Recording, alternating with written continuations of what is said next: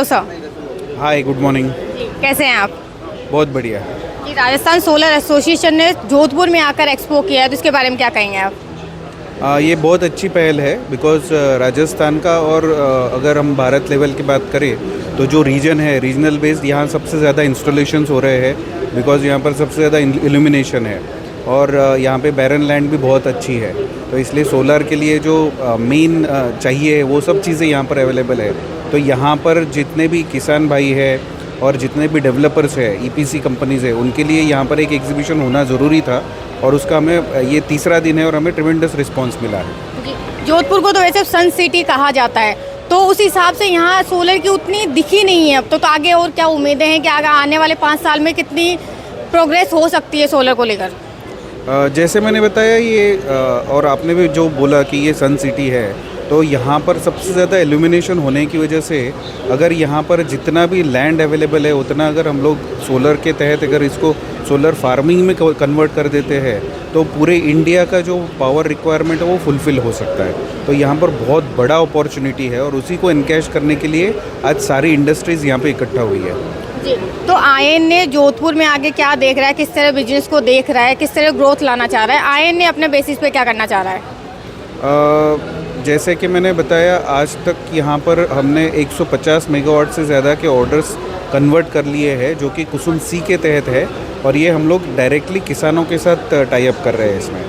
इसमें मतलब हमने बहुत सारी ईपीसी कंपनीज़ है जिनके साथ हमारा टाई अप है, जिनके थ्रू भी हम लोग सप्लाई कर रहे हैं और प्लस हम लोग जितने भी किसान भाई हैं उनके साथ ही डायरेक्टली बात कर रहे हैं, जिसमें पाली रीजन है, फलोदी रीजन है, जोधपुर रीजन है, ये सारों के सारे हमने कवर कर चुके हैं।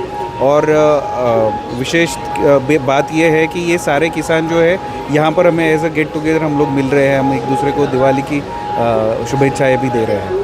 जी, तो किसानों के हिसाब से देखें या फिर एक बेरोजगारी के हिसाब से भी देखिए अपन, कहीं ना कहीं सोलर इंडस्ट्री आगे बढ़ेगी तो रोजगार भी बढ़ेगा, तो उसके लिए ऐसे एक्सपो होना कितने ज़रूरी हो गया है?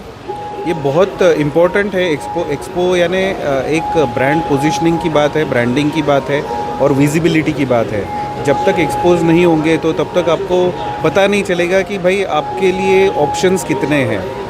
सो अगर एग्जीबिशन हो रहा है तो एक सिंगल प्लेटफॉर्म के यहाँ आपको मल्टीपल कंपनीज देखने को मिल जाती है, मल्टीपल लोग, और टेक्नोलॉजी के तहत अलग हम और क्या कर सकते हैं एडिशनल वो एक कर सकते हैं। दूसरी बात, आपने जॉब की बात करी तो यहाँ पर जो लैंड है जो अनयूटिलाइज थी इतने सालों से, क्योंकि उपजाऊ लैंड नहीं है, तो ये अभी उपजाऊ बन गई है। इसमें हम सोलर पावर जनरेट कर रहे हैं। तो हम जो सोलर फार्म बोलते हैं, सोलर पार्क कहने से अच्छा सोलर फार्म, तो हम लोग फार्मिंग स्टार्ट कर रहे हैं इसी लैंड में जहाँ पर सोलर एनर्जी जनरेट कर रहे हैं, जो कि मेनली अगर एक बार आपने सोलर सिस्टम लगा लेते हो तो ये 25 से 30 साल तक जनरेट करने वाला है। तो it's a one time investment and long term के लिए आपके नेक्स्ट जनरेशन के लिए भी ये बहुत अच्छी बात हो जाती है। तो आईएनए का जोधपुर का एक्सपीरियंस कैसा रहा है सर, कैसा लगा है यहाँ आकर?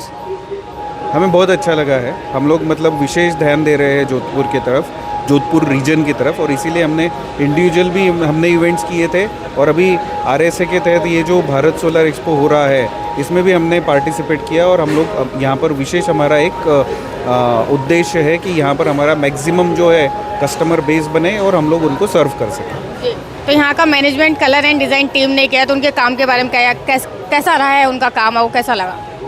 कलर एंड डिज़ाइन ने बहुत अच्छा काम किया यहाँ पर। बेसिकली फर्स्ट टाइम किसी ऐसी सिटी में जहाँ पर इससे पहले एग्जीबिशंस नहीं हुए हो, वहाँ पर अगर आपको अब कुछ करने जा रहे हो तो वहाँ पर बहुत सारी दिक्कतें आती है, लेकिन ये इन्होंने बहुत अच्छे एफर्ट्स लगाए और उसका ही एक आउटकम है कि मतलब हर एक कोने से सब लोग आ रहे हैं जो सोलर से जुड़े हुए हैं और जो नॉन सोलर इंडस्ट्री के लोग भी आ रहे हैं, क्योंकि उनको जानना है कि सोलर क्या होता है। Okay, thank you sir.